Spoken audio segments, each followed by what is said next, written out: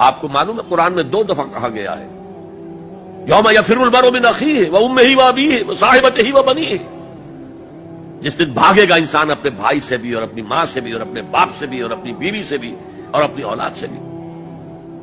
کیوں؟ نفسی نفسی نفسی نفسی نفسی نفسی، مجھے بچا لیا جائے، مجھے بچا لیا جائے، میری اولاد کو جھونک دو، میرے ماں باپ کو جھونک دو، میری بیوی کو جھونک دو، بیوی کہے گی میرے شوہر کو جھونک دو، مجھے بچا۔ یہی نفسی نفسی دنیا میں رہے آپ کی، مجھے اپنے آپ کو بچانا ہے سب سے پہلے، اور پھر مجھے اپنے سب سے پہلے آل اولاد کو بچانا ہے۔